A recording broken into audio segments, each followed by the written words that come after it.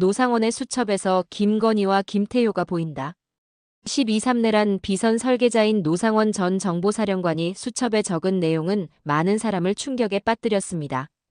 노상원의 수첩에는 체포 대상과 명단뿐만 아니라 이들을 가둘 장소, 이들을 죽이기 위한 다양한 방법 등이 적혀 있었습니다. 만약 이대로 실행됐다면 대한민국은 피로 물들었을 것이고 수많은 국민의 피 위에 윤석열과 김건희 등 내란 세력들만 웃음을 짓고 있었을 것입니다. 또한 노상원의 수첩에는 내란 세력이 내란에 성공하고 영구 집권까지 계획하고 있었다는 것도 적혀 있었습니다. 노상원이 과연 혼자 생각하고 정리한 내용을 수첩에 적었을까 하는 의문이 듭니다.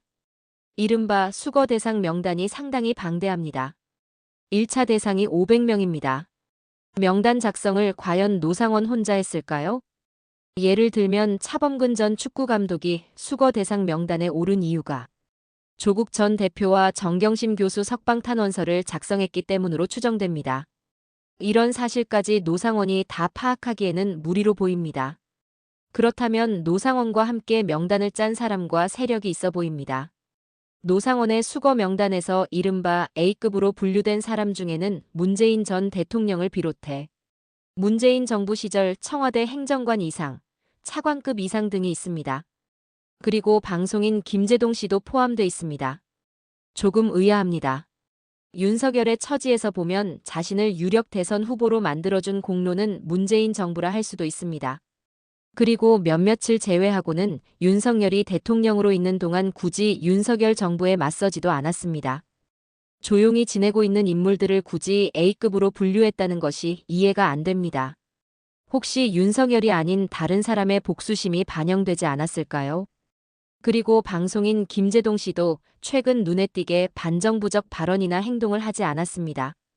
그런 김제동 씨를 A급으로 분류했다는 것도 희한한 일입니다. 그런데 문재인 정부 인사와 김제동 씨의 공통점이 있습니다.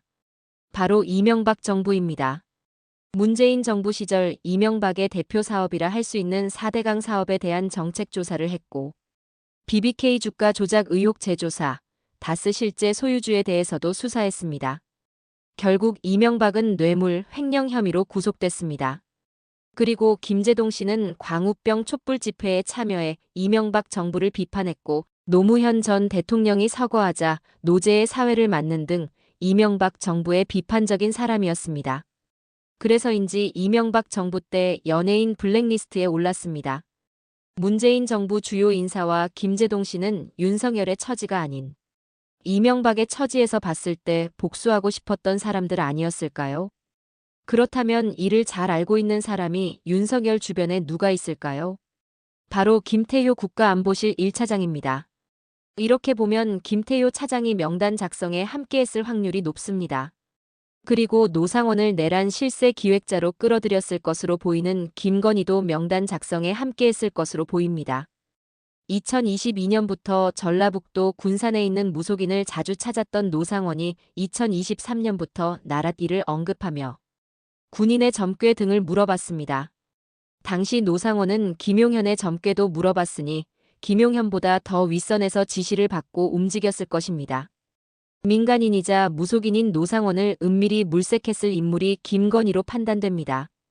김건희는 노상원에게 지시를 주고 내란에 함께할 인물을 추리고 제거해야 할 명단 작성에도 개입했을 확률이 높습니다. 특히 노상원의 수첩에서 계엄 이후 윤석열이 삼선까지 가능하도록 개헌하고 이후 후계자에 대한 고민을 적은 부분이 있습니다. 방송인 김어준 씨는 지난해 12월 13일 국회에서 김건희가 계엄 후 개헌을 통해 통일 대통령이 될 것으로 믿었고 지금도 여전히 믿고 있다고 한다라고 말했습니다. 즉, 김건희 생각이 노상원의 수첩에 반영된 것입니다. 김건희, 김태효의 생각이 담겨 있는 노상원의 수첩이라 할 수 있습니다.